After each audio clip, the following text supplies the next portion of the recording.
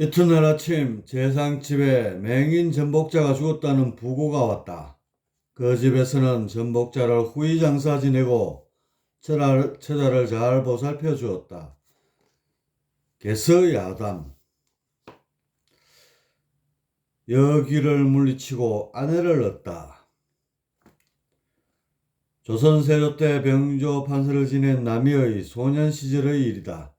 어느 날 길에서 놀다가 한 여자아이가 청색 보자기가 덮인 작은 목판을 이고 가는 것을 보았다.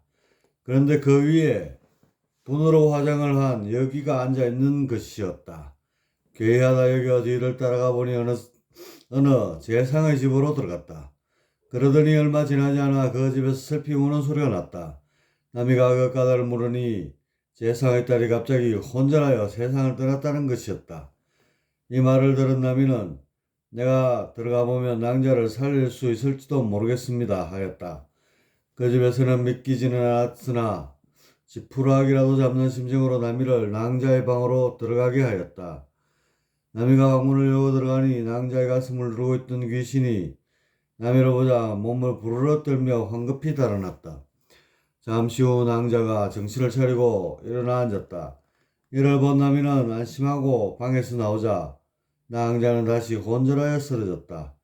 다시 방으로 들어가자 낭자는 다시 살아났다. 남이는 그 집 사람에게 물었다. 아까 가져온 목판에 무엇이 들어 있었습니까? 목판에 홍시를 담아 왔는데 아가씨가 먼저 먹더니 갑자기 숨이 막혀 쓰러졌습니다.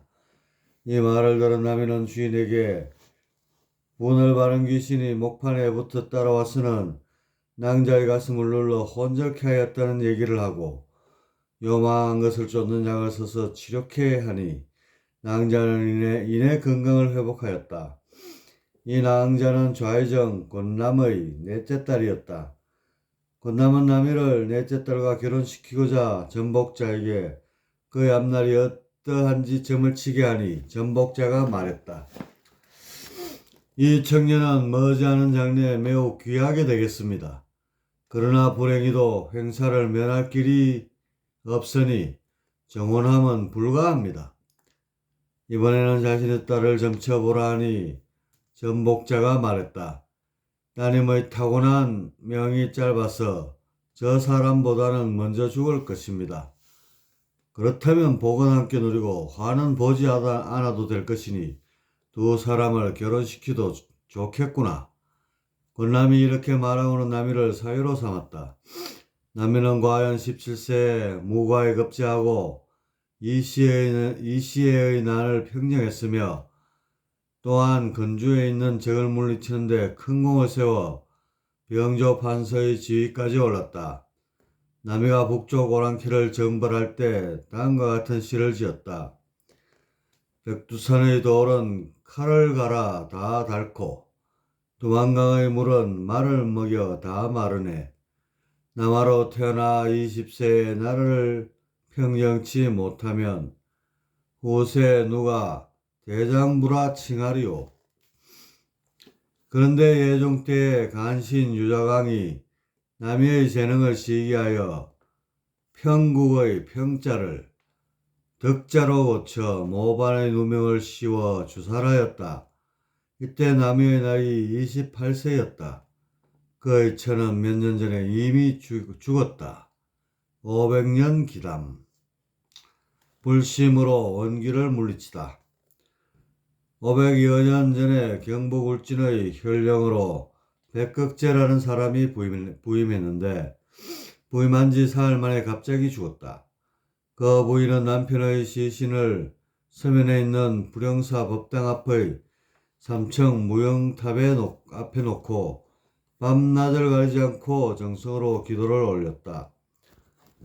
그런데 닷새째 되던 날 밤 비몽사몽간에 웬 흉측한 여인이 관 속에서 나오며 내가 평생을 따라다니며 이제서야 원한을 푸는가 했더니 부인의 정성에 못 이기겠으니 원통하고 원통하구나 하고는 달아났다. 그러자 백혈령이 다시 살아났다.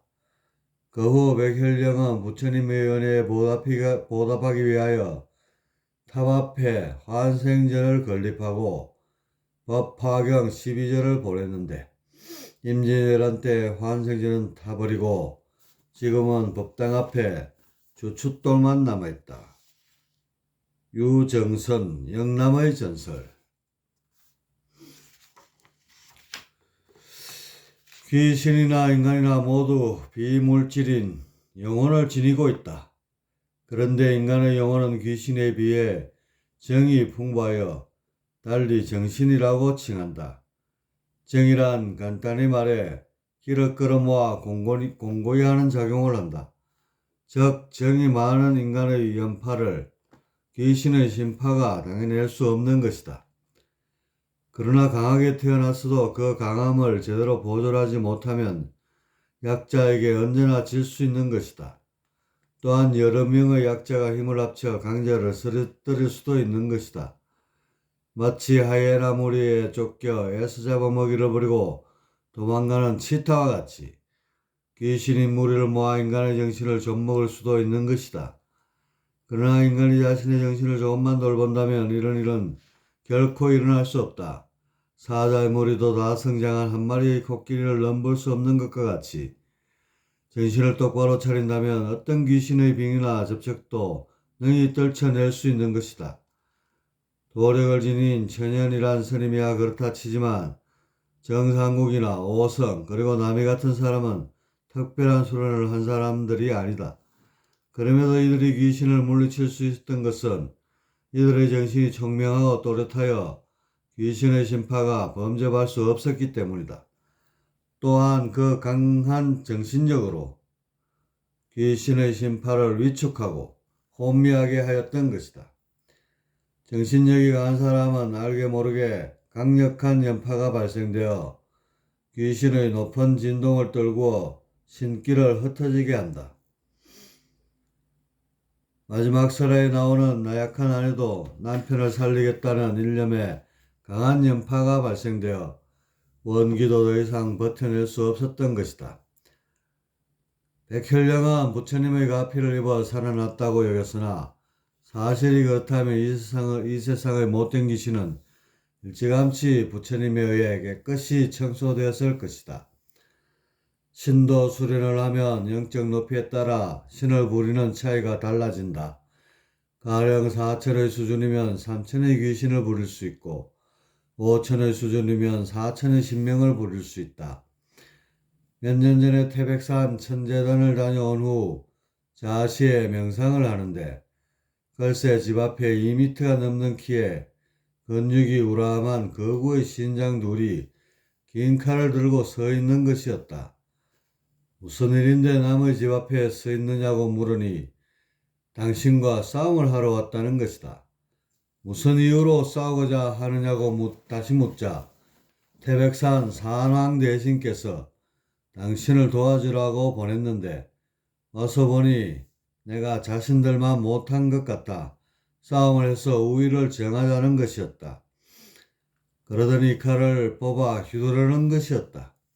순간 그 칼이 귀미철 스쳤고 정신이 아찔하며 앞이 보이질 않았다. 두려움에 명상에서 깨어나려고 몸을 들썩였으나 전혀 말을 듣지 않았다. 사실 이런 5천 이상의 신장들과 싸우는 것은 전혀 성산이 없다는 것을 나는 잘 알고 있었다. 그래서 마음을 최대한 안정시키고 기운이 흩어지지 않도록 정신을 모으는 일에만 주력하였다. 신장들은 계속해서 나를 혼비백산하게 만들고자 주먹으로 치고 칼로 내리쳤다. 한동안 그러더니 멈추고는 저희들이 몰라봤습니다 하면서 머리를 꾸벅 숙이는 것이었다. 나는 오랜 경험을 통하여 신통력을 늘리는 것보다 제 마음 단속하는 것이 더욱 큰 힘을 발휘한다는 사실을 알았다. 마음과 정신이 나라는 좁은 틀에서 벗어나 우리가 될 때 보다 큰 힘이 생기고 더 나아가 누리가 될 때 무한한 법력이 뿜어 나올 수 있는 것이다. 여하튼 어떤 귀신도 정신을 바로 차린 자에게는 범접할 수 없다. 맹자의 호연직이란 자만감이나 영웅스님에서 나오는 그런 포부가 아닌 김동주 시인이 읊은 하늘을 우러러 한 점 부끄러움이 없는 그런 마음에서 나오는 떳떳한 기상이다. 이것을 보고 옛사람은 내 마음을 바로하면 하늘도 두려워한다고 했던 것이다. 이런 바르고 떳떳한 마음이 에너지가 곧 우주의 파워요 무상의 진리인 것이다. 이런 바르고 떳떳한 마음, 이 에너지가 곧 우주의 파워요 무상의 진리인 것이다. 11. 귀신을 죽일 수 있을까? 귀신이라 하여 모두 악귀는 아니다. 또한 이보다 좀 진보된 신명이라 하여 모두 선신은 아니다. 단지 귀신이 신명에 비해 감정 통제가 어려워 문제 소지가 많은 것이지 선신과 악신으로 확연히 구분되는 것은 아니다. 그렇다면 어떤 방법을 동원하여 인간을 해치고자 하는 귀신이나 신명을 완전히 죽일 수 있는가? 이 문제는 누구나 한 번쯤은 품어보는 의문이지만 그 해답은 매우 어렵다. 나는컨대 귀신을 죽이는 방법은 없다. 만일 이것이 가능하다면 신계는 선신만 들끓게 될 것이며 신으로 인한 문제는 발생하지 않을 것이다. 아울러 인간 세계의 종교도 통일될 것이다. 신계는 형식 진화에 따라 그 힘의 우열이 가려지기 때문에 신계에 오른 도통신들에 의해 악귀는 존재할 수 없게 될 것이다. 그러나 귀신은 물질이 아닌 비물질인 바 이것을 해체하는 방법은 없다. 그렇기에 달래거나 위협을 가하여 통제하고 이것이 안 될 경우는 성황이나 산황 등의 귀곡에 묶어 놓는 방법을 쓴다. 혹은 천도를 하여 인간이나 축생으로 다시 환생케 하기도 한다. 완전한 해체가 아닌 이런 종류의 느슨한 방법들로 귀신을 통제하기 때문에 모든 귀신을 제대로 통제한다는 것은 지극히 어려운 것이다. 그렇게 인간 세계의 종교가 수천 가지듯 귀신 세계도 종교가 수천 수만 가지나 되는 것이다. 귀신을 완전히 죽이는 방법이 아주 없는 것은 아니다. 즉 구천에 오른 진리신들만이 귀신을 완전히 죽일 수 있다. 완전히 죽는다는 것은 곧 영원히 사는 존재가 된 것을 의미하는 것이다. 다시 말해 귀신을 해탈하게끔 하는 것이 죽이는 유일한 방법인 것이다. 그러나 진리신들이 아무 귀신이나 해탈시키는 것이 아니다. 앞서 언급하였듯이 개체가 완전히 소멸되어 열반에 드는 것은 개체를 지니고 성계에 오르는 것만 못한 것이다. 이것을 아시기 때문에 특별한 경우를 제외하고는 귀신을 해탈케 하지 않는 것이다.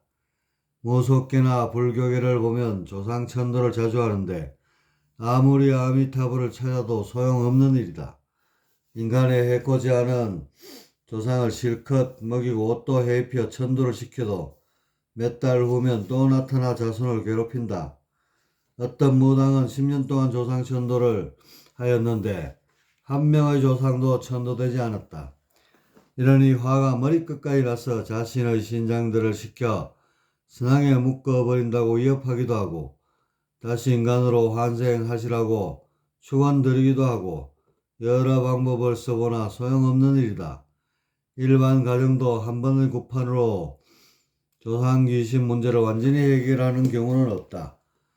한 번 조상을 달래놓으면 많게는 3에서 5년, 적게는 1, 2년마다 구판을 벌여야 한다. 대개 신제자에 와 있는 무속신들은 공력이 4천에서 어떤 경우는 5천 선신에 해당하여 충분히 귀신을 제어할 수 있지만 이것이 제대로 안 되는 것은 바로 귀신을 완전히 해체로까지 몰고 갈 수 없는 데 기인하는 것이다. 요컨대 귀신을 완전히 죽일 수 있다면 귀신 문제는 그 순간 모두 소멸될 것이다. 그러나 오직 해탈케 하는 방법 외에는 없다. 그러므로 공력이 높은 도통신이라 하여 귀신을 다루는 것이 그리 쉬운 것은 아니다. 귀신을 다루는 각종 술법 따위들이 여기서 발생한 것이다. 12. 귀신은 어떻게 모습을 나타내는가? 요즘은 이야기 속으로라는 실제 체험담을 다룬 다큐멘터리가 방영되면서 귀신에 대한 관심을 심심찮게 불러오고 있다. 많은 사람들이 귀신에 대한 목격 사실을 언급하고 주변 사람들의 말과 정황을 미루어 어느 정도의 신빙성이 있다는 평이다. 그런데 비물질인 귀신이 어떻게 사람의 눈에 띌 수 있을까? 먼저 귀신이 출현하였다는 일화를 살펴보자. 정오품인 호조 정랑의 벼슬에 있는 이사문이라는 사람 집에 어느 날 죽은 지 10년이나 되는 고모 귀신이 출현하였다. 생전에 하듯 일일이 집안일에 참견하고 지휘하는 것이었다. 또한 식탐을 많이 하여 시시때때로 먹을 것을 달라고 하고 이를 어기면 심히 노여워하였다. 그 모습은 허리 위는 흐릿하여 잘 보이지 않고 아래는 종이로 치마 대신 둘렀고 다리는 시커멓게 걸리고 여위어 있었다. 이 사모는 고모 귀신을 물리치고자 기도, 부적 등 온갖 방법을 다 써봤으나 효험이 없었고 오히려 그가 병을 얻어 죽고 말았다. 용제총화. 신이 그 모습을 드러내는 데는 두 가지 방법이 있다. 첫째, 저급 귀신들이 사용하는 방법으로 신의 파장을 인간의 의식에 접목시켜 자신의 모습을 보이게 하는 방법이다. 어떤 경우는 두 사람이 바라봐도 한 사람 눈에는 보이는데 다른 사람 한 눈에는 보이지 않는 경우가 있다. 귀신의 신파가 사람의 의식에 침범하면 그 귀신의 모습을 보게 되는데 가령 마당에 똑같은 수준의 귀신이 10명이 있는데 이 중 한 귀신의 신파가 사람의 의식에 침입하면 그 귀신만 보이게 되는 것이다. 옆에 같이 있는 사람에게 신파의 영향이 없다면 이 사람에게는 귀신이 보이지 않는 것이다. 영대가 맑거나 신기가 있거나 허약한 사람이 음기가 센 곳에 기갈 때 종종 귀신을 목격하게 되는데 이는 신파의 침투가 보통 사람에 비해 용이하기 때문이다. 간혹 강한 귀신의 신파에 의해 보통 사람도 목격하는 수가 있는데 이는 드문 일이다. 둘째, 7천 이상의 선신들이 쓰는 방법으로 주변의 길을 모아 물질화시켜 자신을 드러내는 방법이 있다. 즉, 최대한 길을 모으고 여기에 정을 투입하여 농축시킨다. 그리고 육기의 자화 운동을 통해 물질화를 시도한다. 이렇게 하여 그 모습을 희미하나마 드러낼 수 있는데 이는 용기술의 달인이 아니고는 불가능한 법술이다. 주, 자화운동. 비물질인 정과 기가 고도로 농축되어 더 이상 연계에서 존재할 수 없을 때 갑자기 사라지게 된다.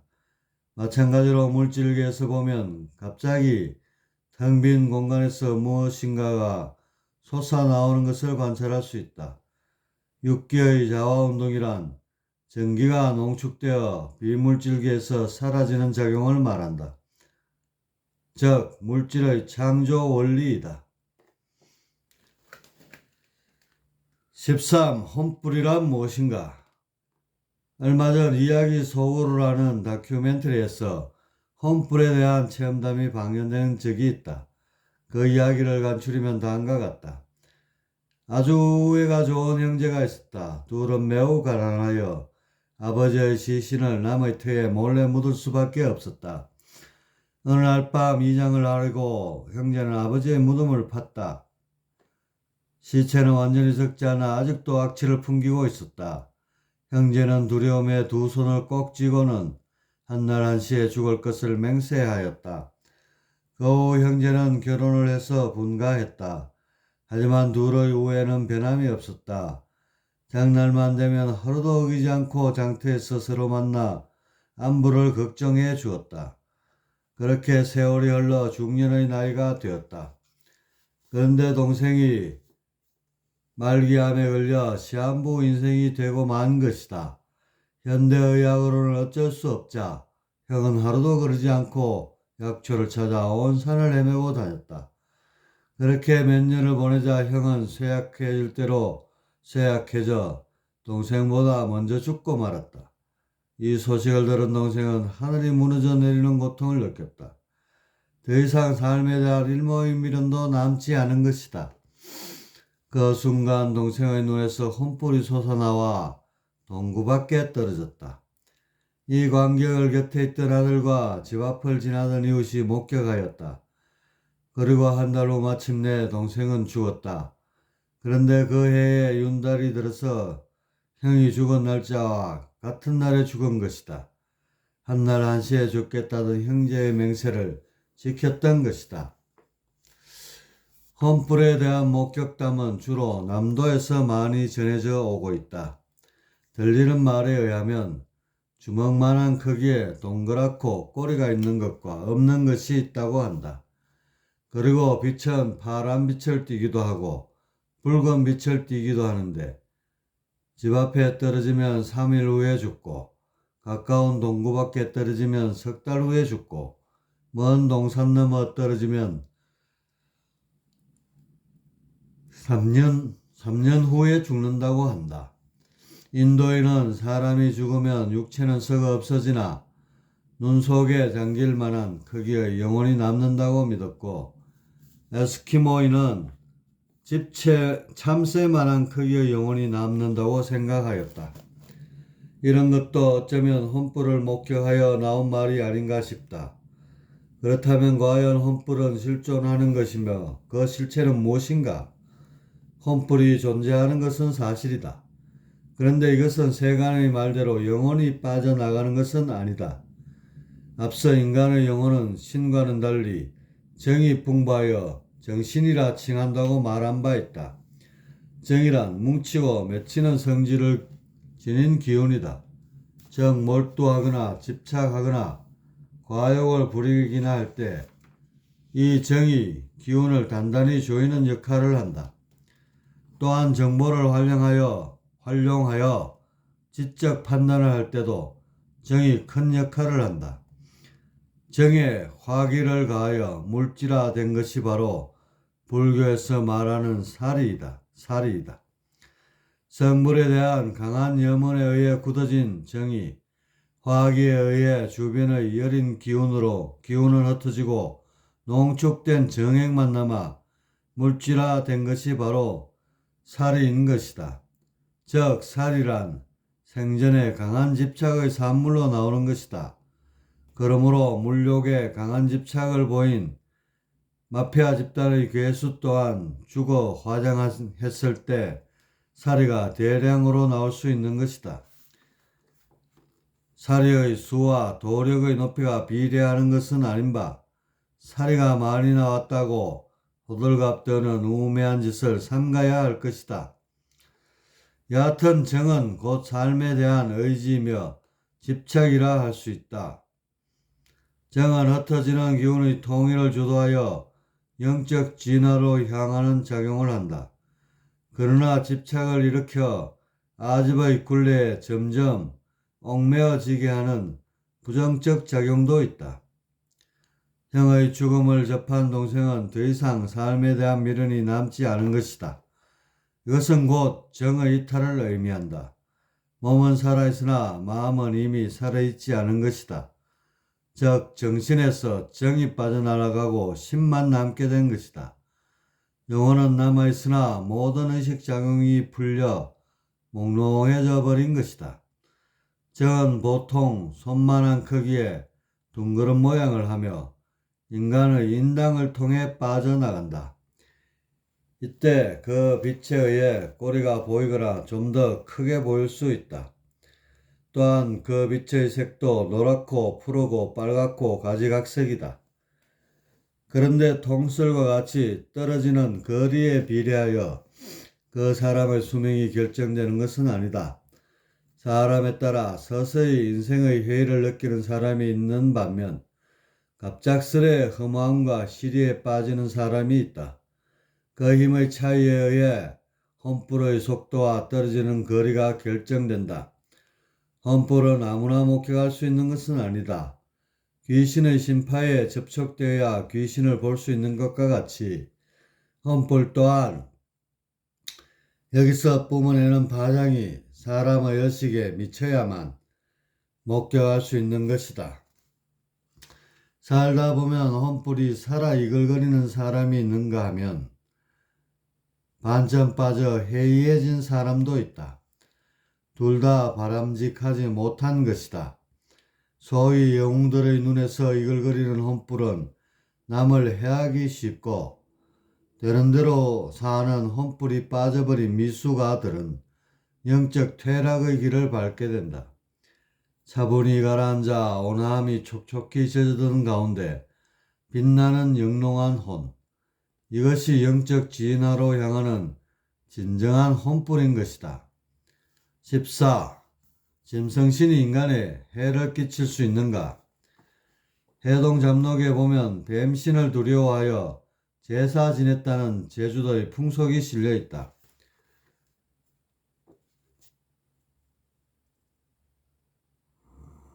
충암이 제주에 귀양 가서 그 지방의 풍속을 기록했는데 제주 사람들은 회색뱀을 보면 차귀신이라 하여 죽이기를 꺼려한다. 그리고 뱀을 보면 주문을 외우기도 하고 심지어는 신으로 받들기까지 한다. 봄과 가을에 차기당에 술과 음식을 차려놓고 뱀신을 믿는다. 차기는 사기의 오인된 것인데 그 안의 대들보에는 뱀들이 따리를 틀고 있다. 제주도에서 뱀을 죽이지 않거나 심지어 신앙시한 것은 죽은 뱀의 영혼이 사람을 해칠 수 있다는 믿음에서 비롯된 것이다. 실제로 요즘 방영되는 이야기 소고를 하는 다큐멘터리를 보면 뱀을 잡고 곤욕을 치른 사례가 있다. 뱀탕을 매우 좋아하는 아무개는 바다에서 잡았다는 백사를 놔줘야 된다는 섬 사람들의 권유를 뿌리치고 200만 원을 받고 뱀장수에게 팔았다. 그런데 그날 밤부터 생시건 꿈속이건 가리지 않고 뱀의 형상을 한 귀신이 나타나 괴롭히는 것이었다. 그는 환시와 열병에 시달리며 몸은 점점 쇠약해졌다. 며칠이 지나자 온몸에 뱀의 무늬가 선명히 새겨지는 것이었다. 소스라치게 놀란 아무개는 하는 수 없이 부인과 형께 부탁하여 뱀장수를 찾아가 웃돈을 주고 찾아오게 하였다. 그리고 뱀을 잡은 부근의 섬에서 간단한 제사를 지내고 놓아주었다. 뱀은 도망가지 않고 유이 옆에 있는 나무 위로 올라가 주변을 두리번거리는 것이었다. 그 후 아무개는 차츰 건강을 회복하였다. 그는 다시는 뱀탕을 입에도 대지 않았고 이런 사실을 아는 주변의 사람들 또한 마찬가지였다. 그렇다면 실제로 뱀과 같은 짐승신이 인간을 해할 수 있는가? 물론 그럴 수 있다.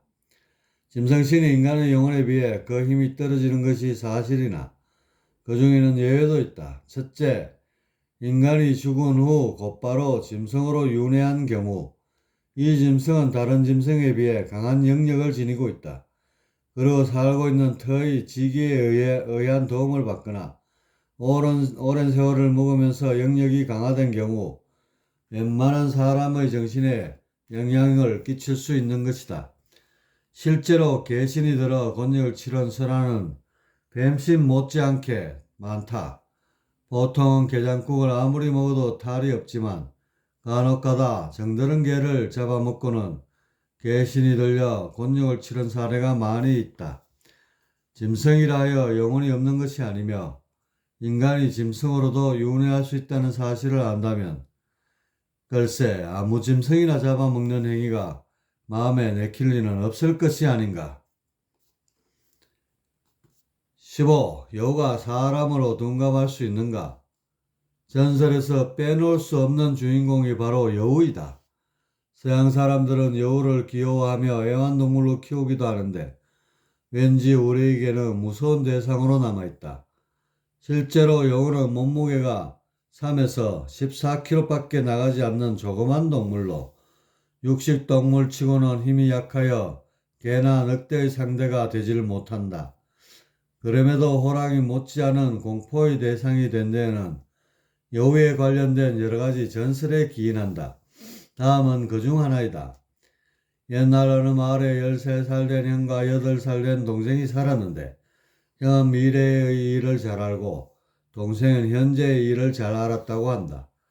그런데 어느 날 밤 형제가 같이 잠을 자고 있었는데 형이 한밤중에 눈을 떠보니 그들 사이에 시체가 놓여 있었다. 놀란 형이 동생을 흔들어 깨우자 이미 알고 있었다고 태연히 말하는 것이었다. 그리고 다음날 동생은 한 고목나무에다 불을 붙였다. 그러자 연기에 질식되어 2마리 여우가 뛰쳐나왔다. 그중 한 마리는 잡아서 죽였지만 다른 한 마리는 놓치고 말았다. 전날 밤의 시체는 이 여우들이 한 장난이었다.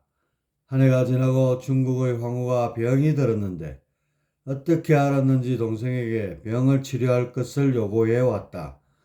동생이 집을 나설 때 형이 시 한 수를 주면서 이 시를 잘 기억해 두면 반드시 이로운 일이 있으리라 하였다.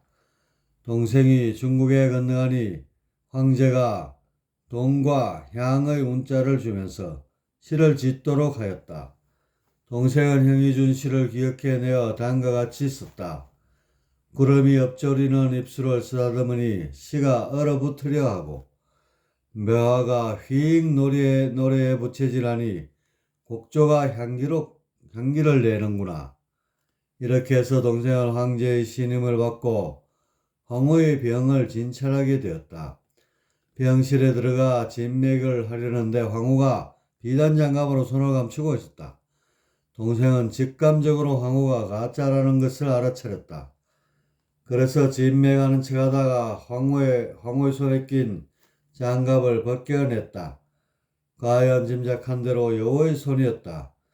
동생은 즉시 허리에 창칼을 빼서 황후를 내리쳤다.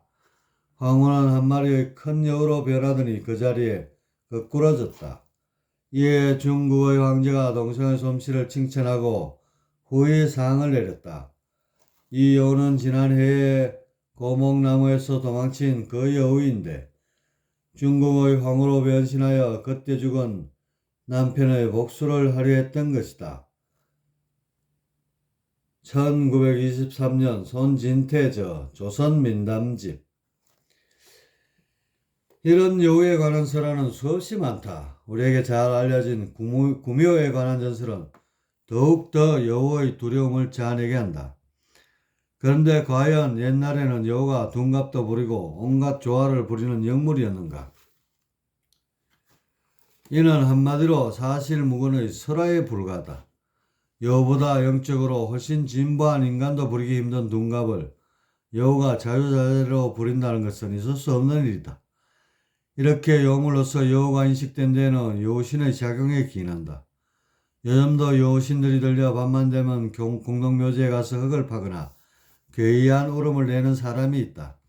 마치 개신이 들려 개의 흉내를 내는 것과 같다. 예전에는 개신보다 여우신들이 들리는 사례가 많았다. 요즘은 이렇게 동물신이 들리는 일이 흔치 않지만 100여 년 전만 하여도 드문드문 있는 일이었다. 게다가 통계적으로 여우신이 들리는 경우가 많았다.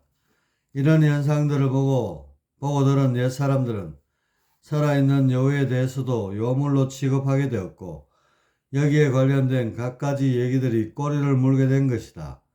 여우 또한 인간에서 갓 윤회한 경우나 좋은 터에서 직위를 받아 영역이 발전한 경우에 어떤 인간과의 인연에 의해 그 사람 의식에 침범할 수 있었던 것이다. 이런 일들이 적잖게 일어나자 사람들은 여우를 요물로 취급하여 두려워하였던 것이다. 이것이 요즘 여우에 관한 전설이 수없이 등장하게 된 이유이다. 16. 귀신과 회원. 귀신이란 죽으면서 대량의 정이 이탈하여 지적 작용을 이뤄 몽롱한 가운데 반응하는 정혼을 말한다.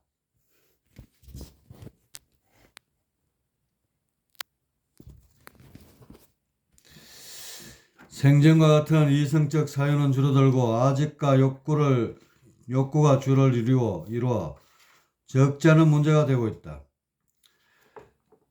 그런데 귀신이라 하여도 별다른 원한이 없는 경우는 문제가 되지 않는다. 원한 맺힌 귀신, 즉 원기라야 문제가 된다. 이는 귀신은 사람과 달리 통제력이 미약하기 때문에 생전에 맺힌 원한을 어떻게든 갚으려 하기 때문이다. 다음은 원기에 관하여 전해오는 설화이다. 원기가 급붙은 젊은이와 중. 옛날 이봉구라는 젊은이가 있었다. 하루는 밤늦도록 책을 읽고 있었는데 요집 양반의 딸이 이봉구를 사모하여 담을 넘어 봉구의 방으로 들어왔다. 이를 본 봉구는 양반집 교수가 어디 함부로 외간 남자의 방에 들어오느냐. 어엿한 양반의 교수가 이런 처신을 하는 것은 옳지 못하니 썩 나가시오 하고 호통을 쳐서 내쫓았다. 처녀는 사모하는 남자에게 모욕을 당하자 그것이 가슴 깊이 원한이 되어 죽고 말았다. 죽은 뒤에 원기가 되어 늘 이봉구의 뒤를 따라다니면서 하는 일마다 해방을 놓았다. 일이 될 듯 하다가도 이 원기가 나타나면 틀어지곤 하였다. 이봉구는 매사에 되는 일이 없자 한동안 쉬려고 종한 절을 찾아갔다.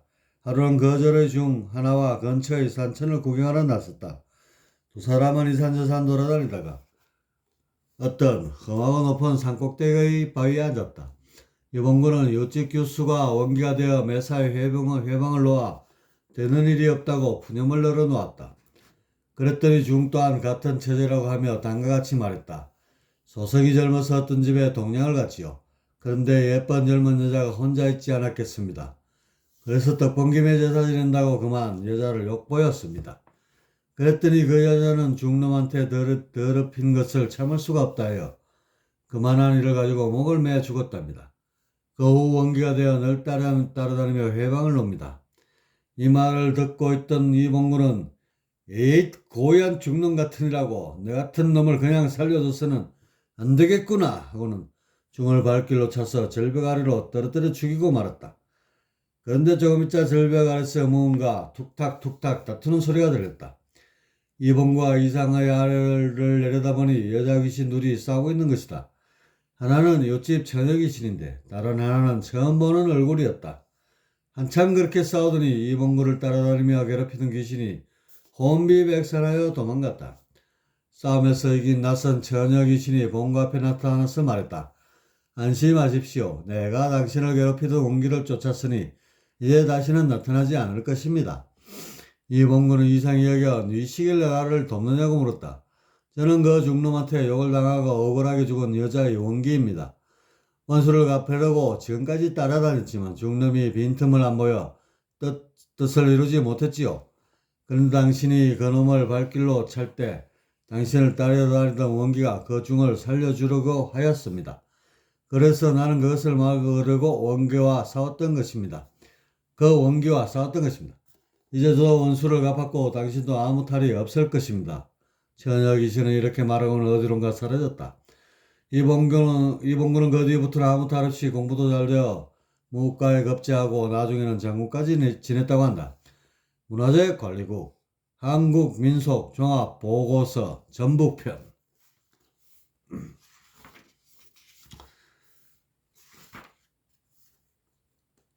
원기 때문에 전쟁에 패하다. 신립은 권율 장군의 사위로 임진왜란 때 당금대에서 전사한 장수이다. 신립이 젊었을 때의 일이다. 강원도 금강산을 유람하다가 그만 날이 저물어 길을 잃고 말았다. 인가를 찾아 한 동네에 들어갔는데 사람들이라고는 통 보이지 않았다. 그중 가장 큰 기와집에 찾아 들어갔는데 처음에는 인기척이 없더니 얼마 후 한 처녀가 나와 어떤 일이냐고 물었다. 길을 가는 나그네인데 하룻밤 재워달라고 왔습니다. 다른 사람은 없고 처녀 혼자뿐이요? 예, 그렇습니다. 진지는 해올릴 수 있으나 여기서 주무실 수는 없으니 다른 데 가서 주무시지요. 아니 무슨 이유라도 있습니까? 연유를 말해보시오. 다름이 아니오라 저희 집에 흉사가 있어서 그럽니다. 무슨 일인지 자세히 말해보구려. 네, 도울 수 있으면 돕겠소. 그런 말씀 드리지요. 저희 집에는 힘이 센 종놈이 하나 살고 있었습니다. 그런데 그놈이 저를 탐하여 아내로 달라고 하였습니다. 집안 식구들이 말을 듣지 않자 식구들을 다 죽이고 저만 남았습니다. 저도 따라 죽어야 마땅하오나 부모님 산년상을 치르기 전에는 죽을 수 없었습니다. 그래서 그 종놈에게 뜻대로 할 테니 3년의 시간을 달라고 하였습니다. 오늘이 바로 그 3년이 되는 날입니다. 오늘 밤에 그놈이 와서 나를 겁탈하려 할 것인데 저는 한가할 힘이 없어 필경 죽을 것입니다. 당신이 여기 있다가 자칫하면 화를 당할지 모르니 다른 데 가서 주무시라고 한 것입니다. 그런 걱정은 말고 저녁밥이나 해주시오. 혈기왕성하고 싸움에는 일각이 있던 신립은 자신만만하게 저녁밥을 먹고 안방에는 촛불을 환히 밝히고 느긋이 앉아 있었다. 한밤중이 되자 대문이 덜컥 열리더니 기골이 장대한 청년이 들어왔다. 순간 신립은 활에 화살을 꺾고 들어오는 놈에다 냅다 쏘았다. 그런데 그놈은 화살을 맞고도 아무렇지 않은 듯이 신립에게 덤벼들었다. 힘으로는 안 되겠다 싶어 신립은 숲으로 주랭랑을 쳤다. 성인한 종놈이 계속해서 쫓아왔다. 그런데 그만 다리를 틀고 있던 이무기를 밟아 물려 죽고 말았다. 신립은 하늘이 도왔다 여기고 처녀의 집으로 돌아왔다. 혼절한 처녀를 간호하여 정신을 차리게 하였다. 이튿날 아침 신립이 떠나려 하자 처녀는 신립의 발 아래 엎드려 저는 의지할 데가 없는 몸입니다. 첩으로도 좋고 종으로도 좋으니 저를 데리고 가 주십시오 하고는 간청하는 것이었다. 이 말을 들은 신립은 나는 이미 장가를 가서 처자가 있는 몸이오. 당신은 여기 있다가 마땅한 온처를 구하여 시집을 가시오 하고는 이른에 거절하고 집을 나왔다. 신립이 막 동구 밖을 나오려는데 처녀가 부르는 소리가 3번씩이나 들려왔다. 이상한 생각이 들어 돌아보니 그 처녀는 자기 집에다 불을 지르고 지붕 위에 올라가 있는 것이었다. 집으로 돌아와 장인께 이 일을 아뢰니 장인은 살릴 수 있는 사람을 죽였다고 구중을 하였다. 그 후 임진왜란이 일어나 영남지방의 패전 보고가 들어오자 임금은 신립에게 나가 막으라 하였다. 남쪽으로 내려온 신립은 문경 세제에서 순변사 이일장군과 만나 작전 회의를 하고 있었다. 그때 신립 앞에 한성녀가 나타나 저놈의 요새인 조령의 진을 치고 반격하면 외병을 물리칠 수 있다고 간곡히 조언하였다. 신립은 망설이고 있었는데 바로 그때 전에 죽은 그 처녀 귀신이 나타나서 말했다. 신장군님 안녕하신지요? 외병을 무찌르는데 어찌 이처럼 협착한 세제에 포질하여 남의 웃음거리가 되시려 합니까? 충주 당금대에 가서 배수진을 치고 싸우면 대승할 것입니다. 신립장군은 성녀와 부장들의 말을 묵살하고 원기의 말을 따라 조령을 버리고 충주 당금대에 진을 쳤다. 한편 외장 소서행장은 조령의 군사가 없는 것을 보고 손뼉을 치고 기뻐하며 조령을 넘어 당금대로 향했다. 원기의 말을 들은 신립은 당금대에서 외병을 맞아 싸우다가 크게 패하였고 비참한 최후를 맞았다. 한국정신문화연구원, 한국구비문학대계. 이상의 두 편서라는 원한 맺힌 귀신이 얼마나 집요하게 복수하려 하는지를 잘 보여주고 있다. 실제로 오랜 병으로 시달리는 사람이나 정신 이상의 정후를 보이는 사람 또는 그 가정을 보면 이런 원기가 서려 있는 경우를 종종 볼 수 있다. 원기에는 두 종류가 있는데 전생이나 이생의 원한 관계에서 출발한 전형적인 원기와 어떤 요구를 들어달라는 간절한 바람에서 오는 원기가 있다. 후자의 경우는 대부분 문제가 있는 조상신들에 해당한다. 가령 무덤 주위에 가시가 많으면 따가워하며 자손에게 붙어 괴롭힌다. 죽은 영혼이 되었으면 가시와 같은 물리적 자극에 영향을 받지 않아야 할 것인데 영적 수준이 떨어지는 삼천의 귀신은 살았을 때의 기억으로 실제로 아픈 것 마냥 느끼는 것이다. 물론 소통이 될 수 없으니 언제까지고 병적 요인으로 남아있는 것이다. 한 번은 강릉에서 12마당의 구판을 구경한 일이 있었다. 그때의 구판을 설명하면 다음과 같다. 30살 정도 먹은 처녀가 오랫동안 신병으로 고생하였는데 이 병이 신을 받으라는 것인지 아니면 조상신들의 요구나 불만이 심하여 일어난 병인지 알 수 없었다. 그래서 부모 형제를 모시고 큰 굿을 한바탕 버린 것이다.